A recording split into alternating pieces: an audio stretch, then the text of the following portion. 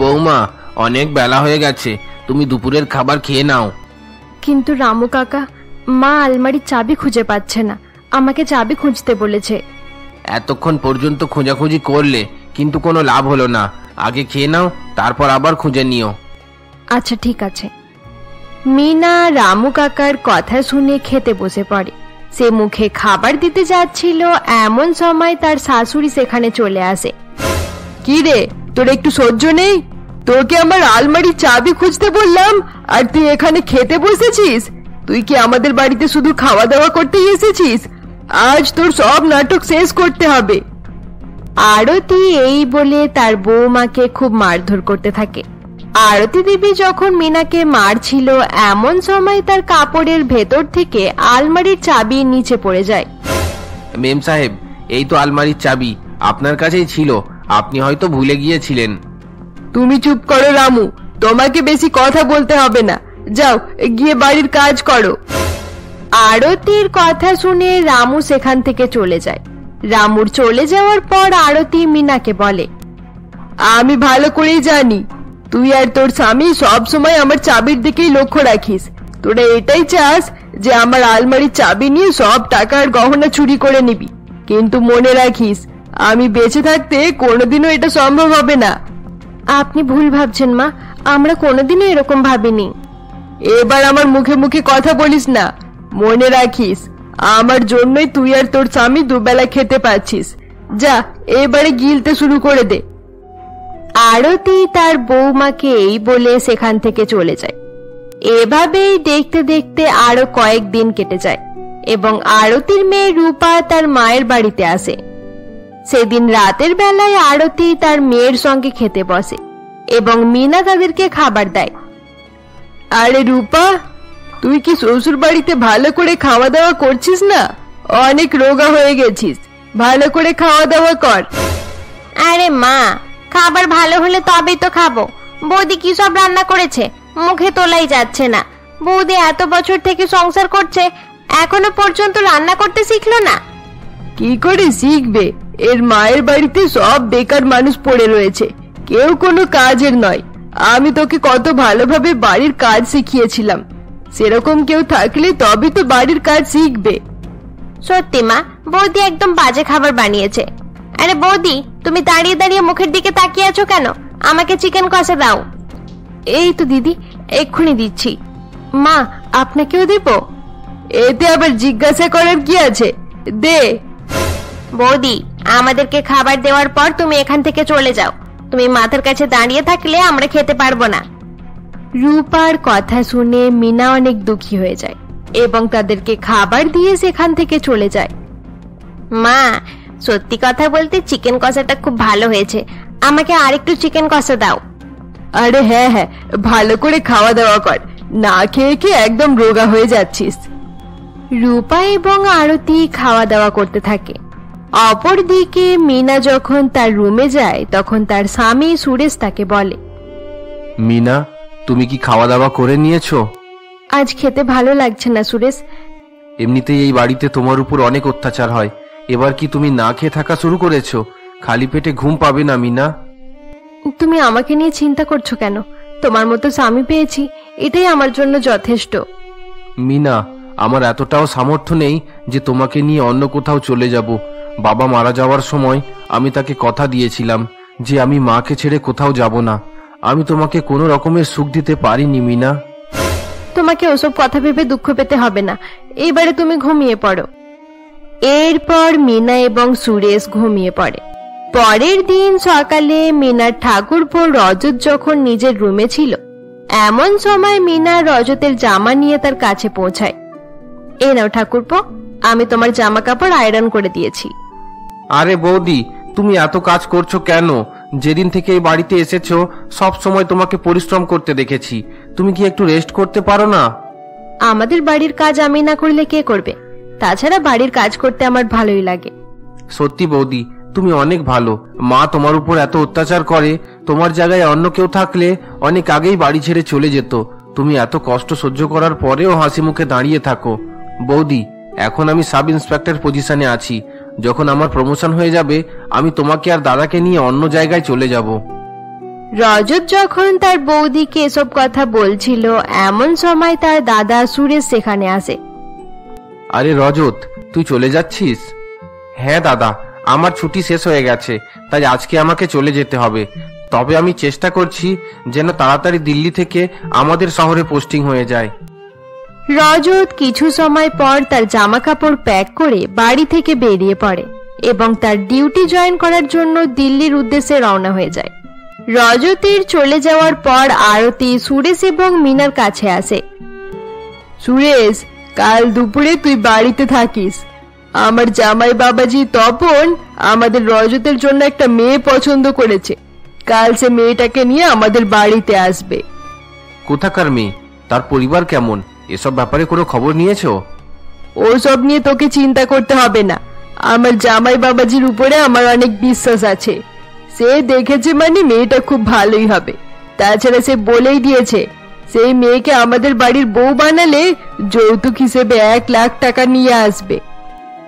আরতি এই বলে সেখান থেকে চলে যায়। পরের দিন দুপুর বেলায় আরতির মেয়ে জামাই শিল্পা নামের এক মেয়েকে সঙ্গে নিয়ে তাদের বাড়িতে আসে। আরে শিল্পা, তুমি বসে আছো কেন? মায়ের আশীর্বাদ নিয়ে নাও। আরে হ্যাঁ, আমার আশীর্বাদের সঙ্গে সঙ্গে আমার জামাই বাবাজির আশীর্বাদটাও নিয়ে নিও। এই বাড়িতে আমার পরে সকলে তাকেই সম্মান করে। এরপর শিল্পা আরতি দেবীর আশীর্বাদ নেয় এবং তার সাথে তপনেরও আশীর্বাদ নিয়ে নেয়। শিল্পা যখন বড় বউ মিনার কাছে প্রণাম করতে যাচ্ছিল এমন সময় আরতি বলে, আরে শিল্পা, তোমাকে মিনার কাছে যেতে হবে না। এই বাড়িতে তার কোনো গুরুত্ব নেই। মিনা, তুমি এখানে দাঁড়িয়ে আছো কেন? যাও রান্নাঘরে গিয়ে নিজের কাজ করো। শাশুড়ির এরকম কথা শুনে মিনা অনেক দুঃখী হয়ে যায় এবং সেখান থেকে চলে যায়।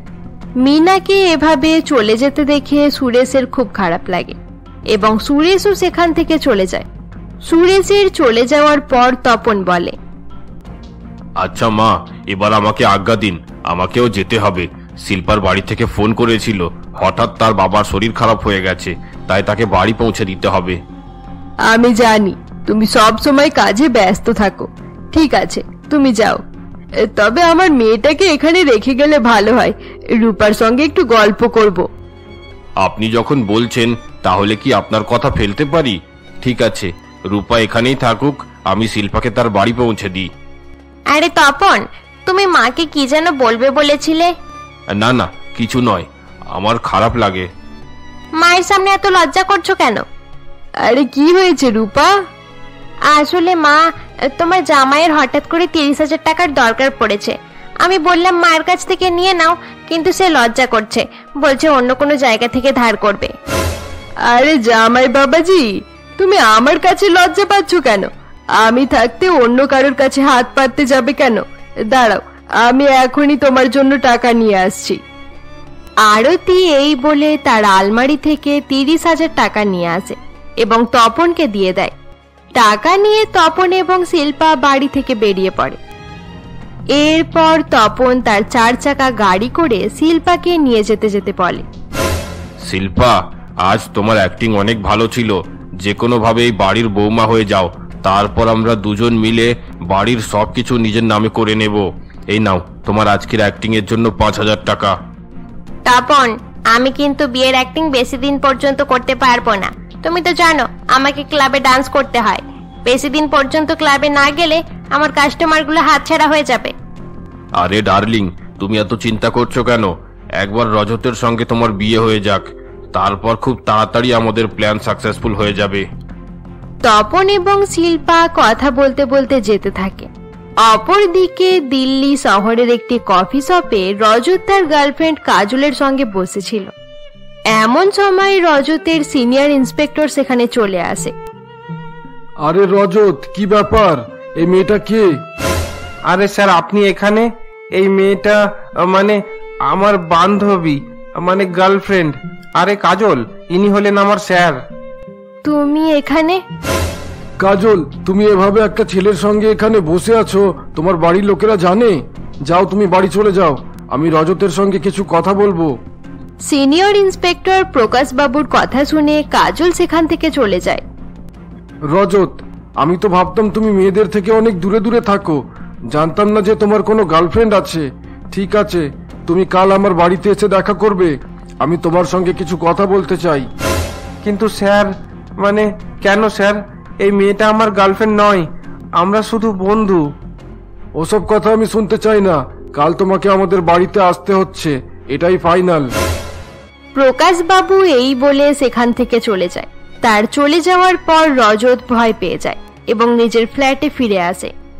সারা রাত প্রকাশ বাবুর কথাগুলো মনে করতে থাকে। পরের দিন বিকেল বেলায় রজত প্রকাশ বাবুর বাড়িতে পৌঁছায়। এই তো রজত এসে গেছে। কাজল, এখানে এসো। হ্যাঁ বাবা, বলো। তার মানে কাজল আপনার মেয়ে? আমার ভুল হয়ে গেছে স্যার, আমি আর কাজলের আশেপাশে থাকবো না। আমি শুনেছি আপনি অনেক কঠিন শাস্তি দেন, আমাকে কোনো রকমের শাস্তি দেবেন না প্লিজ। শাস্তি তো তোমাকে পেতেই হবে। তোমার শাস্তি এটাই যে কাজল এবং তোমার বিয়ে দেওয়া হবে। আপনি সত্যি বলছেন sir? Thank you very much. আরে রজত, কাল আমি বাবাকে সব কথা জানিয়ে দিয়েছি। বাবা আমাদের সম্পর্কে রাজি হয়ে গেছে। তুমি তোমার অ্যাড্রেস বাবাকে দিয়ে দাও, বাবা আমাদের বিয়ের ব্যাপারে কথা বলতে যাবে। এরপর রজত খুশি মনে প্রকাশ বাবুকে তাদের বাড়ির ঠিকানা দিয়ে দেয় এবং সেখান থেকে চলে যায়। কয়েকদিন পর প্রকাশ বাবু কাজল এবং রজতের বিয়ের কথা বলতে তাদের বাড়িতে পৌঁছায়। হ্যাঁ, বলুন কাকে চাই? আসলে দিদি, আমার মেয়ে এবং আপনার ছেলে একে অপরকে পছন্দ করে, তাই আমি তাদের বিয়ের ব্যাপারে আপনার সঙ্গে কথা বলতে এসেছি। আপনার মেয়ে কি কি জানে? আমার মেয়ে গ্র্যাজুয়েশন ফাইনাল ইয়ারে আছে। সে পড়াশোনাতে খুব ভালো, চাইলে ভবিষ্যতে চাকরিও করতে পারবে। পড়াশোনাতে ভালো হওয়ার সঙ্গে সঙ্গে আপনার মেয়ে খুব ভালোভাবে ছেলে পটাতেও শিখে নিয়েছে দেখছি, তাই তো আমার ছেলেকে পটিয়েছে। এসব আপনি কি বলছেন দিদি? আমি একদম ঠিকই বলছি। আপনাদের মতো লোকেরা বিনা টাকা খরচ করে নিজের মেয়ের বিয়ে দেওয়ার জন্যই ধনী লোকেদেরকে ফাঁসিয়ে নেয়। আপনার মেয়েও সেটাই করেছে। ছি, আপনার চিন্তা ভাবনা কত খারাপ। আমি এখানে এসে অনেক বড় ভুল করেছি। আগে জানলে কোনোদিন আপনাদের পরিবারে আমার মেয়ের বিয়ে দেওয়ার কথা ভাবতাম না। আমিও কোনো ভিখিরি বাড়ির মেয়েকে এই বাড়ির বউ করতে চাই না। যেভাবে এসেছেন সেভাবেই চলে যান। আরতির কথা শুনে প্রকাশ বাবু সেখান থেকে চলে যায়। প্রকাশ বাবুর চলে যাওয়ার পর আরতির মেয়ে রূপা বলে, এসব কি হচ্ছে মা? তোমার জামাই এত কষ্ট করে ভালো মেয়ে দেখলো আর রজত অন্য কোনো মেয়েকে বিয়ে করতে চাইছে। তোমার জামাই এটা জানতে পারলে প্রচন্ড রেগে যাবে কিন্তু। তুই একদম ঠিকই বলেছিস রূপা। আমি আজই রজতকে ফোন করে বাড়িতে ডেকে নেব, তাড়াতাড়ি তার বিয়ে দিতে হবে। আরতি এবং তার মেয়ে এসব ব্যাপারে কথা বলতে থাকে। অপরদিকে প্রকাশ বাবু বাড়ি ফিরে রজতকে ফোন করে তাদের বাড়িতে ডাকে। স্যার, আমাদের বাড়িতে কি কথা হলো? রজত, তোমার মা আমাকে অপমান করেছে, সেখান থেকে তাড়িয়ে দিয়েছে। সেখান থেকে অপমানিত হওয়ার পর আমি আর সেই বাড়িতে নিজের মেয়ের বিয়ে দিতে পারবো না। ওই বাড়িতে আমার মেয়ের বিয়ে হলে আমার মেয়ে সুখে থাকতে পারবে না। এরকম করে বলবেন না স্যার, আমরা দুজন একে অপরকে অনেক ভালোবাসি।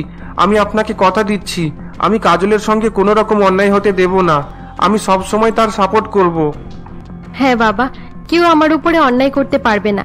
তাছাড়া তুমি তো ভালো করেই জানো, ছোটবেলা থেকে আমি অন্যায়ের প্রতিবাদ করতে পারি। আমাকে নিয়ে তুমি বেশি চিন্তা করো না। কাজল, মা অন্য জায়গায় আমার বিয়ে দেওয়ার জন্য আমাকে বাড়িতে ডাকছে, তাই আমি আজকেই তোমার সঙ্গে বিয়ে করে নিতে চাই। ঠিক আছে, আমিও আর দেরি করতে চাই না। যত দেরি হবে তোমাদের বাড়িতে নানা রকম সমস্যা দেখা দেবে। কিন্তু কাজল, আমি ভেবে রেখেছিলাম খুব ধুমধাম করে তোদের বিয়ে দেব। এভাবে হঠাৎ করে বিয়ে করে নিলে কিভাবে চলবে?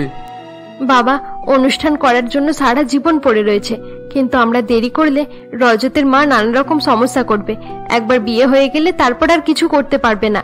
তাই আমি আর রজত কোর্ট ম্যারেজ করে নেব। এরপর রজত এবং কাজল কোর্ট ম্যারেজ করে নেয় এবং দিল্লিতে একটি কোয়ার্টারে থাকতে শুরু করে।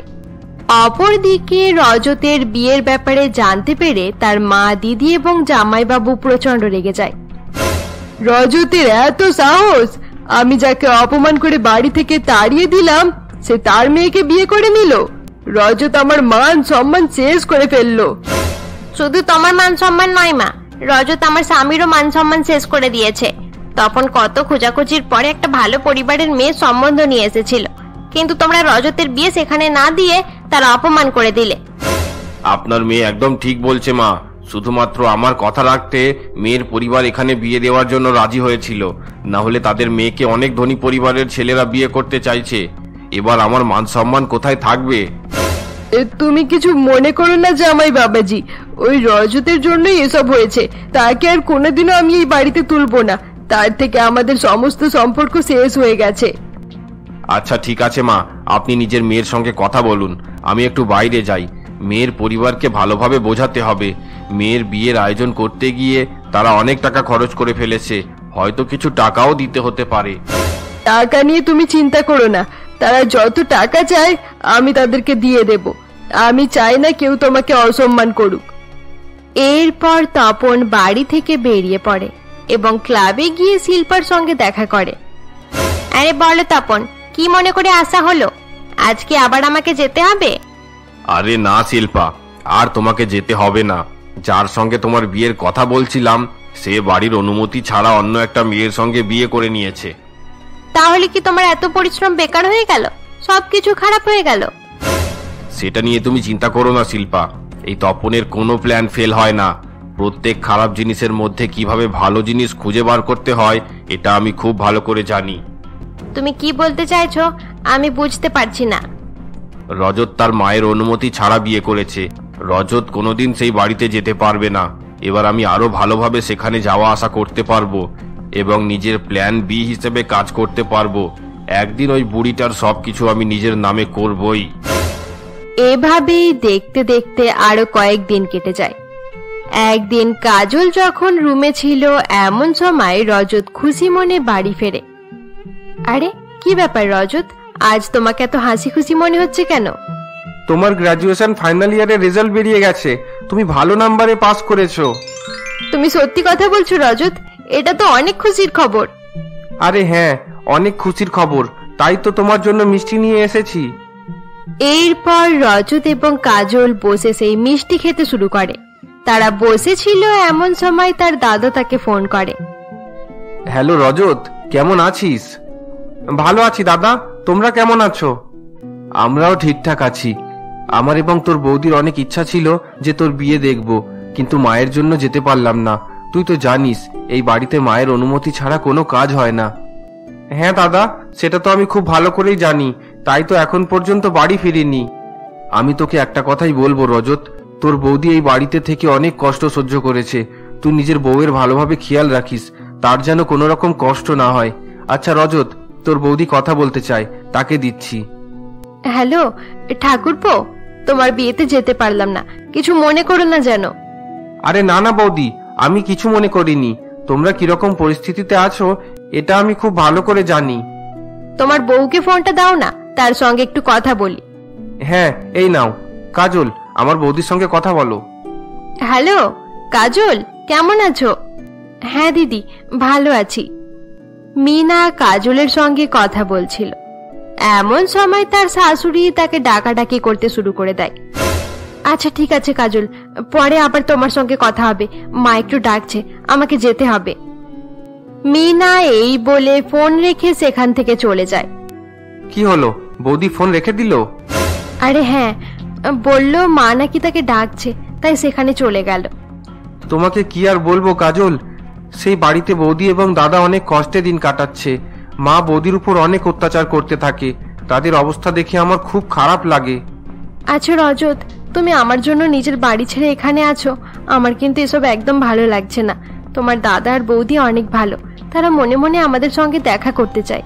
চলো না আমরা একবার বাড়ি গিয়ে তাদের সঙ্গে দেখা করে আসি। ওই বাড়িতে গিয়ে কি করবে কাজল? সেখানে গেলে মা তোমাকে উল্টোপাল্টা কথা বলবে। সারা জীবন বৌদির উপর অনেক অত্যাচার করেছে, এবার তোমার উপর অত্যাচার করবে। আমি তোমার উপর অত্যাচার হতে দেব না কাজল, তোমাকে সেখানে যেতে হবে না। যা হবে হোক, সে তোমার মা, তোমার থেকে তার কিছু আশা ছিল, তাই তোমার উপরে রেগে আছে। তাছাড়া মা রাগ করবে না তো কে করবে? আমাদের সেখানে যাওয়া দরকার। তুমি জানো না আমার মা কিভাবে বৌদি এবং দাদার উপর অত্যাচার করে। মা বৌদিকে একদম সহ্য করতে পারে না। তুমি ছোটবেলা থেকে মায়ের ভালোবাসা পেয়েছো, তাই মায়ের ব্যাপারে তোমার চিন্তা ভাবনা অনেক ভালো। আমার মা সেরকম নয় কাজল, সে ভালোবাসতে জানে না। মা কোনোদিন আমাদেরকে বাড়িতে ঢুকতে দেবে না। এসব তুমি কি বলছো রজত?